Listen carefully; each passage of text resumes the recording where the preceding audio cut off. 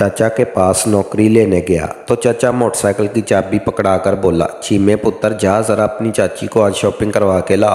मैंने बाइक की चाबी पकड़ी। जी चाचा कहकर चल पड़ा। चाची भी हंसमुख थी। टिपूसी मारकर बाइक पर बैठ गई। कमर में हाथ डालकर बोली, चल चीमे ले चल, मेरे होश उड़ गए। उसी रात चाची ने, उस वक़्त मेरी उम्र 19 साल थी, लेकिन मेरा जिस्म किसी हीरो से कम नहीं था।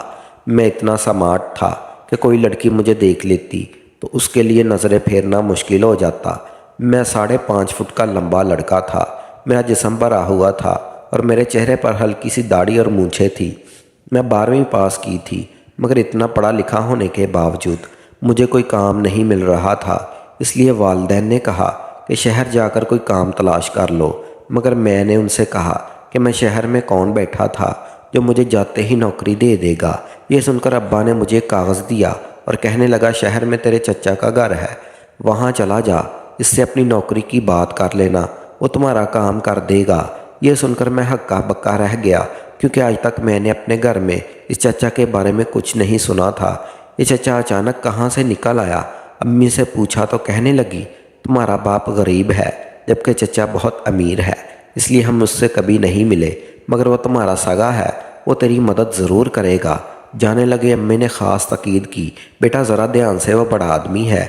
जी माँ जी कहकर मैंने सर झुका लिया। अगले दिन मैं शहर आ गया। चचा के एड्रेस पर पहुंचा तो मेरे होश उड़ गए, क्योंकि उनका घर इतना बड़ा और आलीशान था कि मेरी आंखें खुली की खुली ही रह गई। मेरा चचा वाकई ही इतना अमीर था और बाप इतना गरीब। इस बात ने मुझे हैरान परेशान कर दिया। चचा का मुलाजिम मुझे अंदर ले गया और चचा से मिलवाया। जब मैंने चचा को बताया कि मैं इसका भतीजा हूँ, गांव से आया हूँ, तो वो बहुत खुश हुआ। मुझे गले से लगाकर कहने लगा, यार तेरा बाप मुझसे नाराज़ है। जब मैं शहर आया था और अपना कारोबार शुरू किया तो उसे भी ऑफ़र की कि वो मेरे पास आ जाए और मेरे साथ काम शुरू करे, मगर उसने इनकार कर दिया। आज वो मेरे साथ काम करता तो मेरी तरह लाखपति होता। चचा की बात सुनकर मुझे अपने अब्बा पर अफसोस होने लगा। मेरी बात ने चचा की इतनी अच्छी ऑफ़र ठुकरा दी। आज अब्बा चचा के साथ काम कर लेता तो मुझे दर बदर नौकरी तलाश ना करना पड़ती।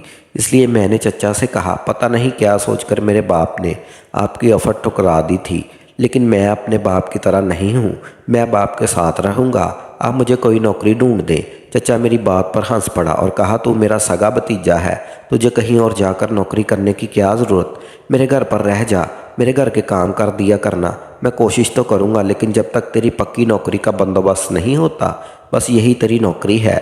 चचा की बात सुनकर मेरा दिल बाग बाग हो गया। यही तो मैं चाहता था कि चचा के साथ रहूं और उनकी तरह अमीर बन जाऊं। चचा ने उस दिन मुझे अपने घर दिखाया और कहा, मेरी 2 बीवियां हैं, लेकिन तुमने मेरी दूसरी बीवी का ख्याल रखना है, क्योंकि वो मुझे बहुत प्यारी है, वो मेरी लाडो परी है। यह सुनकर मैं हैरान रह गया कि चचा की 2 बीवियां थी। खैर मैंने चचा के घर रहने लगा। वहीं मुझे पता चला कि चचा ने मेरे आने से 2 दिन पहले दूसरी शादी की थी, इसलिए ख़ानदान भर में उनकी दूसरी शादी की बातें हो रही थी। कोई कहता था कि चचा ने दूसरी शादी करके अच्छा किया, क्योंकि उनकी पहली बीवी इतनी जवान और खूबसूरत नहीं थी, मगर कोई कहता कि चचा अमीर हो गया था, इसलिए कम उम्र लड़की से शादी कर ली और पहली बीवी बेचारी के साथ बहुत बड़ा जुल्म किया। मगर जब मैं चचा के घर आया और उनकी पहली बीवी को देखा, वो बहुत खुश थी, क्योंकि चचा अमीर था, पैसे की कमी नहीं थी, घर में ज़रूरत की हर चीज़ मौजूद थी। इसमें किसी औरत को क्या तकलीफ़ होनी थी। तभी उसने चचा की दूसरी बीवी को आसानी से कबूल कर लिया था। भला मालदार शख्स को कौन सी औरत छोड़कर जाती। लेकिन दूसरे दिन जब मैं चचा की दूसरी बीवी को देखा तो हैरान और परेशान रह गया। वो मेरी हम उम्र थी और उस कदर खूबसूरत लग रही थी कि एक बार कोई उसे देखता तो उसका दीवाना हो जाता। लेकिन मेरी तो वह चच्ची थी, इसलिए पहली बार जब नज़र भर कर देखा तो मैंने शर्म से नज़रें झुका ली। चचा ने मुझे कहा कि मैं अपनी नई चच्ची का ख्याल रखूं, इसलिए चच्ची के आगे पीछे फिरने लगा, क्योंकि मैं समझ चुका था कि चच्ची राज़ी हो गई तो मेरी नौकरी पक्की। चच्ची को घूमने फिरने का बहुत शौक़ था, मगर चचा के पास इतना वक़्त नहीं होता था कि वह हर वक्त चच्ची को साथ लेकर सैर करता। इसके लिए चचा ने चच्ची को एक नई गाड़ी खरीद कर दी और उसकी चाबी मेरे हवाले कर दी और मुझसे कहा, मेरी बीवी रात के 12 बजे भी कहीं जाने का कहे तो इनकार मत करना, उसे फ़ौरन लेकर जाना। चच्ची के पाँव ज़मीन पर नहीं टिक रहे थे। चच्ची ये सुनकर बड़ी खुश हुई मगर उदास सा चेहरा बनाकर कहने लगी, मुझे हर जगह आपके साथ जाना है। चच्ची की इस अदा पर चचा खुश हो गया और कहने लगा, काश मैं तुम्हारे साथ हर जगह जा सकता, मगर मुझे बहुत सारे काम करने पड़ते हैं, मेरे पास इतना वक्त नहीं होता, इसलिए तुम सलीम के साथ चली जाया करो। चचा ने मेरा नाम लिया तो चच्ची के साथ नखरे करने लगी, जबकि मैं तो चच्ची की नई गाड़ी को घूर रहा था। ये गाड़ी इतनी खूबसूरत थी कि मेरी नज़रें ही नहीं हट रही थी। मैं दीवाना वार उसे देख रहा था। तभी चच्ची ने मुझे कंधे से हिलाया और कहा, तुम्हें गाड़ी चलानी आती है? मैं चौंक कर चच्ची की तरफ देखा। चचा अपने काम पर जा चुका था। चच्ची और मैं इस वक्त अकेले थे। चच्ची के सवाल पर मैंने कहा, जी चच्ची, मुझे गाड़ी चलानी आती है। मेरे जवाब पर चच्ची कहने लगी, तुम फिर मुझे मेरी अम्मी के घर ले चलो, मैं सबसे पहले इन्हें गाड़ी दिखाना चाहती हूँ। चच्ची की फरमाइश पर मैं उनके घर जा पहुंचा। उनकी अम्मी नई गाड़ी देखकर खुश हुई और चचा को दुआएं देने लगी कि उन्होंने इसकी बेटी को बिल्कुल रानी बनाकर रखा हुआ है। हम कुछ देर वहां रुके, फिर चच्ची ने मुझे नया हुक्म दिया और कहा कि मुझे शॉपिंग करनी है, किसी अच्छी सी शॉपिंग मार्केट में ले चलो। मैं शहर के रास्तों से वाकिफ़ हो चुका था, इसलिए चच्ची को एक दुकान पर ले गया, जहाँ चच्ची ने जी भर कर शॉपिंग की और घर आ गई। चच्ची के पास जो भी रुपया पैसा था वो सब चचा का दिया हुआ था और चच्ची थोड़ी कंजूस तबीयत की थी। एक बार मुझे मार्केट ले गई तो मुझे एक बोतल के लिए भी नहीं पूछा, जबकि खुद उसने मार्केट की हर महंगी चीज़ खरीद ली। मुझे इस बात का कई दिन तक अफसोस होता रहा, क्योंकि ये सारी दौलत मेरे चचा की थी। अगर वो मुझ में इसमें से कोई चीज़ खरीद देती तो उसका क्या हो जाता। मगर मैं चचा के घर काम करने आया था। चचा तो मुझसे प्यार करता था, मगर चच्ची मुझसे सीधे मुँह बात नहीं करती। वो मुझे नौकर समझती थी, मगर मैंने यहाँ आकर सोच लिया था कि चचा की तरह अमीर बनना है, इसलिए जो भी मुश्किल पेश आई उसे सह लूँगा। चच्ची की पहली बीवी मेरे साथ अच्छा सलूक करती थी। वो जब भी मुझसे कोई काम कराती मेरे हाथ पर 1000-2000 रख देती, मगर मैं जानता था चचा की सारी दौलत दूसरी चच्ची के पास थी, क्योंकि चचा की पहली बीवी के हाथ से मेरा चचा निकल चुका था, क्योंकि चचा दूसरी बीवी की मुट्ठी था। चचा ये बात अच्छी तरह जानती थी, इसलिए वो उसकी माँ चचा की दौलत पर खूब ऐश कर रहे थे। ये पता चलते ही मैं चच्ची के आगे पीछे फिरने लगा ताकि वो मुझे इतबार करने लगे। वैसे भी मैं सारा दिन उसके साथ होता था। धीरे धीरे चच्ची की नज़रों में आने लगा। वो जहाँ जहाँ से शॉपिंग करती थी उसका सारा हिसाब मेरे पास होता।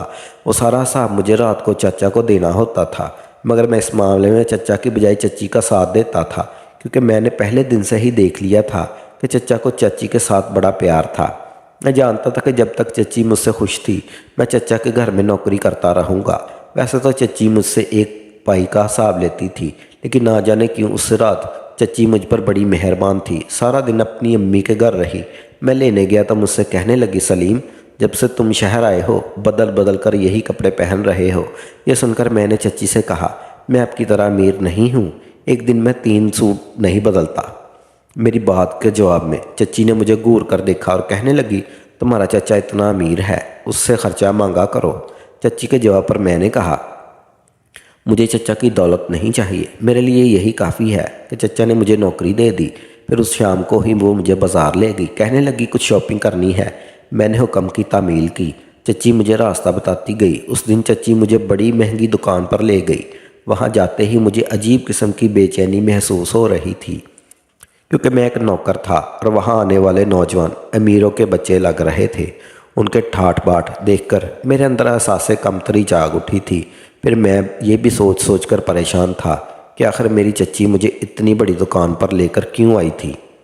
शायद चच्ची ने अपने लिए कपड़े खरीदने थे, मगर उसका वक़्त में हक्का बक्का रह गया जब चच्ची ने दुकानदार से कहा, इस लड़के के नाप के अच्छे और बेहतरीन कपड़े निकाल कर दिखाओ। चच्ची ने मेरी तरफ इशारा किया और मैं हैरान परेशान रह गया, मगर मुंह से कुछ नहीं कहा। उस दुकानदार ने पहले तो मुझे सर से पांव तक देखा। मैंने सुरमई रंग की शलवार कमीज़ पहन रखी थी, जिस पर जगह जगह मिट्टी के दाग लगे हुए थे। जाहिर है मैं चचा का नौकर था। वो जो भी काम मेरे ज़िम्मे लगा देता मैं कोई इतराज़ किए बिना फ़ौरन कर देता। चच्ची के दोनों बीवियों के काम मेरे ही सर पर थे, इसलिए मेरे कपड़े मिट्टी से भर जाते थे। दुकानदार मेरे हुलिये को हैरानी से देख रहा था, जबकि चाची अपने लिए कपड़े पसंद करने लगी। एक बहुत बड़ी बुटीक थी। चच्ची आज मुझे एक बुटीक पर लेकर आई थी, जहां हर किस्म के कपड़े मौजूद थे। मैं हैरानी से हर चीज़ को देखता रहा। बुटीक के चारों जानब शीशे ही शीशे लगे हुए थे। अच्छा, तो इस लड़के ने नाप के कपड़े दिखाने हैं। इस दुकानदार ने जब मुझे सर से पैर तक अच्छी तरह से देखा तो फिर चच्ची से पूछने लगा, मैडम आप इस लड़के की बात कर रही हैं ना? दुकानदार को भी शायद मेरी तरह यकीन नहीं आ रहा था, इसलिए चच्ची बार बार पूछने पर गुस्से में आ गई और दुकानदार से कहने लगी, हाँ हाँ इसी लड़की के लिए अच्छे से कपड़े निकालो। समझ नहीं आ रहा था कि दुकानदार चच्ची का गुस्सा देखकर चुप हो गया और मेरे नाप के 5-6 सूट निकालकर मुझे पकड़ा दिए। चच्ची अपने लिए कपड़े पसंद कर चुकी थी, इसलिए वो गाड़ी में आ बैठी। मैंने दुकानदार को पैसे दिए। उन कपड़ों का बिल 40,000 बना, जो कि दिया मैंने दुकानदार को दे दिया। मैं गाड़ी में आकर बैठा तो मुझे अफसोस होने लगा। चाची ने मेरे कपड़ों पर इतने सारे पैसे खर्च कर दिए थे। यही बात मैंने चच्ची से कही तो वो कहने लगी, तुम आजकल मेरे साथ आते जाते हो, इसलिए अच्छे कपड़े पहना करो, वरना लोग क्या कहेंगे कि मैडम खुद तो इतने अच्छे कपड़े पहनती है और नौकर मैले और पुराने कपड़े पहनता है। चच्ची की बात सुनकर मैंने उससे शुक्रिया किया और चच्ची कहने लगी, बस तुम्हें ख्याल रखना। चच्ची की बात पर मैंने उसकी तरफ देखा। क्या बात? चच्ची कहने लगी, आज की शॉपिंग का बिल 40,000 बना है, लेकिन तुम अपने चाचू को 80,000 बताना। चच्ची की बात में अच्छी तरह समझ गया था, इसलिए चुप हो गया। मेरी खामोशी देखी तो चच्ची कहने लगी, मैं तुम्हारे चचा से ये बात छिपा नहीं रही, बल्कि मेरी मजबूरी है। दरअसल मेरी अम्मी बहुत बीमार रहती है। ये सुनकर मुझे लगा जैसे चच्ची मुझसे डर रही हों, इसलिए मैंने चच्ची से कहा, आप बिल्कुल फिक्र ना करें, मैं ये बात चचा को बिल्कुल नहीं बताऊँगा। और इस दिन चच्ची मुझसे बहुत खुश थी, क्योंकि अब वो मेरा बहुत ख्याल रखने लगी थी। चचा भी मेरा बहुत ख्याल रखता था, मगर चच्ची की बात ही कुछ और थी। यूँ मैं धीरे धीरे चच्ची का तमाम जीतने में कामयाब होता जा रहा था। चच्ची भी उस दिन के बाद मुझे ख़ास अहमियत देने लगी।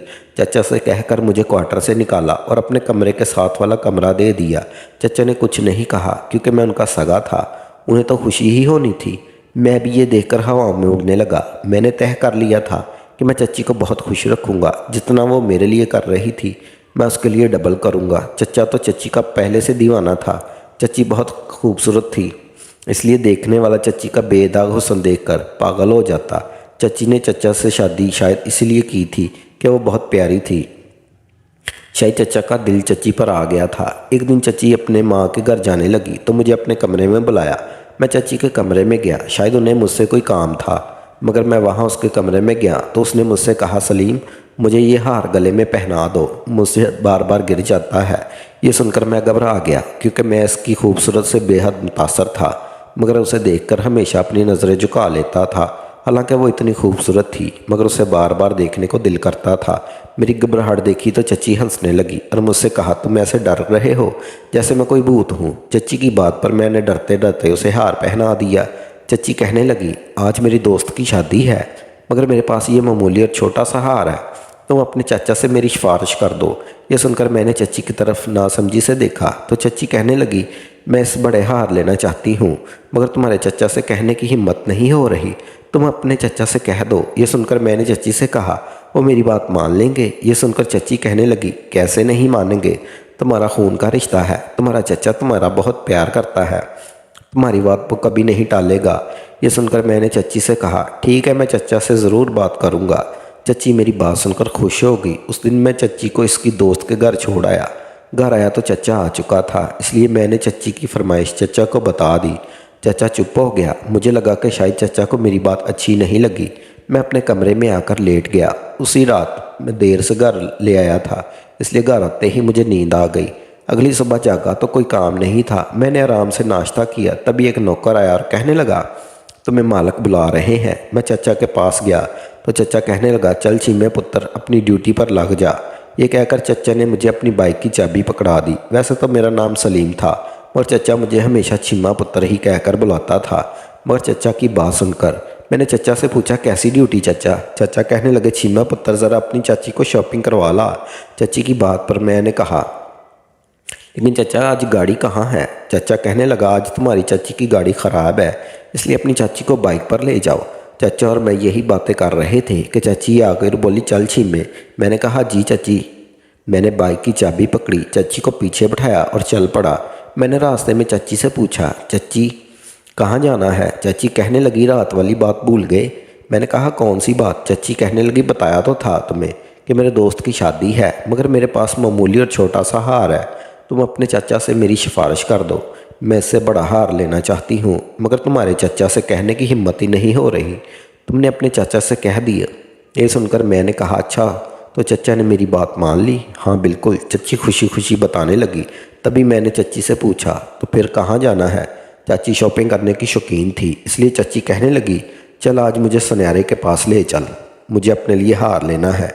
मैं चच्ची को सुनहरे की दुकान पर ले आया। चच्ची ने दुकान पर आते ही महंगे महंगे हार देखने शुरू कर दिए। मैं जानता था कि चचा ये हार ज़रूर खरीद देगा, इसलिए मैं दुकान में मुतमिन बैठा था। सुनार चाची को महंगे महंगे सेट दिखा रहा था। वो चाची को देखकर समझ गया था कि ये लड़की बहुत अमीर है, तभी तो वह चाची को इतनी इज्जत दे रहा था। चाची सुनहरे की दुकान पर बैठी सेट पसंद कर रही थी। तभी चाची ने 18 लाख के सेट खरीदे और मुझसे कहा कि मैं दुकानदार को पैसे दे दूं। मुझे यहाँ आते हुए चचा ने पैसे दे दिए थे, मगर जब मैंने चचा के दिए हुए पैसे गिने तो वो पैसे बहुत कम थे। चाची दुकानदार से कहने लगी, आप मेरे सेट पैक कर दें, मैं अभी अपने शौहर से और पैसे मंगवा लेती हूँ। ये सुनकर दुकानदार खुश हो गया। उसने अपने नौकर से कहा, छोटे भागकर मैडम के लिए बोतल लेकर आ। सुनार चाची की खिदमत करने लगा, क्योंकि उसे इतनी बड़ी रकम देने वाली थी। इतने में दुकानदार का नौकर बोतल ले आया। चाची सेट चेक कर रही थी, उसने बोतल पीने से इनकार कर दिया और मुझे बोतल देकर कहा, तुम ये बोतल पी लो। मैंने शर्मिंदा सा होकर बोतल पकड़ी और बोतल पीने में मसरूफ़ हो गया। चाची दुकानदार को कहने लगी, ये लड़का इधर बैठा है, मैं ज़रा बाहर गाड़ी में अपनी अम्मी को ये सेट चेक करवा कर आती हूँ। ये कहकर चाची बाहर चली गई, जबकि मैं मज़े से बोतल पी रहा था। इतनी देर तक दुकानदार दूसरी औरतों के साथ मसरूफ़ हो गया। चाची को बाहर गए काफ़ी वक्त हो गया था। मुझे फ़िक्र होने लगी। सुनार ने भी कहा, बाहर जाकर मैडम का पता करो। उन्होंने बड़ी देर लगा दी थी। सुनार की बात सुनकर मेरे दिमाग में करंट लगा। मुझे अचानक याद आया, हम तो घर से बाइक पर आए थे। तब चाची ने दुकानदार से बात क्यों की? ये लड़का इधर बैठा है, मैं ज़रा बाहर गाड़ी में अपनी अम्मी को ये सेट चेक करवा कर आती हूँ। ये बात याद आते ही मुझे अपनी गलती का एहसास हुआ। मैं फ़ौरन बाहर निकला, मगर उस सुनहरे ने मुझे पकड़ लिया और कहा, तुम भी मैडम की तरह भाग गए तो? तभी सुनार ने अपने नौकर को बाहर जाने को कहा, तुम जाओ और उस मैडम का पता करो। नौकर बाहर गया, मगर कुछ देर बाद खाली वापस आ गया। कहने लगा, वहाँ बाहर कोई नहीं है, लगता उस मालकिन ने हमारे साथ जेवर लेकर भाग गई हैं। तब यह सुनकर मेरे होश उड़ गए। मुझे चच्ची से इस बात की उम्मीद नहीं थी, इसलिए मैंने उस सुनार से कहा कि ज़रूर मेरी चच्ची किसी मुसीबत में फंस गई थी, मगर वो फ्रॉडर नहीं थी, को ज़रूर गलत फहमी हुई है। मैं अभी अपने चचा को कॉल करता हूँ। मगर मेरी बात सुनकर उन लोगों को बिल्कुल यकीन नहीं आया। उन्होंने बिजली की तेज़ी से पुलिस बुलवा ली और उन्होंने मुझे थाने भेज दिया। मैं कई घंटों तक थाने में बैठा रहा। पुलिस का ख्याल था मैं अपनी चाची के इस खेल में शामिल था, मगर मैंने उन्हें बड़ा यकीन दिलाया, मगर उन्होंने मुझे मारा पीटा। शाम हुई तो चचा थाने में आ गया। मैंने सारी बात बता दी, जिसे सुनने के बाद चचा मुझे थाने से रिहा करा के घर ले आया। मैं घर आकर चचा से पूछा कि क्या चची घर नहीं आई। चचा के चेहरे पर भी हवाइयाँ उड़ी हुई थी। मेरी बात सुनकर चचा कहने लगा, नहीं, वो सारा सोना और घर के कागजात लेकर कहीं गायब हो गई है। ये सुनकर मैं हक्का बक्का रह गया। मुझे चाची से इस बात की उम्मीद नहीं थी, मगर चचा जान चुका था कि चची ने उससे शादी दौलत की लालच में की थी और जो ही चाची को मौका मिला वो चचा का सारा पैसा लेकर भाग गई। चाची जाते जाते मुझे भी फंसा गई थी, मगर चचा मुझसे बहुत प्यार करता था। चचा ने बड़ी मुश्किल से किसी न किसी तरह मुझे छुड़वाया और घर ले आया। चचा पछताने के लग, इतनी कम उम्र और खूबसूरत लड़की से शादी नहीं करनी चाहिए थी। चच्ची के गायब होने के बाद मैंने भी चचा की नौकरी छोड़ दी, क्योंकि चच्ची के फ्रॉड के बाद मेरा दिल नहीं चाहता था कि मैं शहर में रहूं, इसलिए मैं वापस अपने गांव आ गया। मैं तो जान बचाकर भाग आया था, मगर चचा काफ़ी अरसा कोर्ट कचहरी का चक्कर काटता रहा। आखिरकार चचा ने अपने तलकात इस्तेमाल किए और थोड़े बहुत पैसे उस सुनहरे को देकर जान छुड़ा ली। चचा काफ़ी अरसा चच्ची को ढूंढता रहा, मगर कामयाब ना हो सका। कोर्ट कचहरी से चचा की जान छूटी तो चचा ने एक बार फिर मुझे अपने पास बुलवा लिया, मगर इस बार मैं नौकर बनकर नहीं, बल्कि चचा ने मुझे अपने कारोबार में शामिल कर लिया था। मैंने भी दिन रात जान लगाकर कारोबार पर तवज्जो दी। चचा का कारोबार पहले से भी अच्छा चलने लगा। आज मेरा चचा मुझसे बहुत खुश है और उसने अपना सारा कारोबार मेरे हवाले कर रखा है।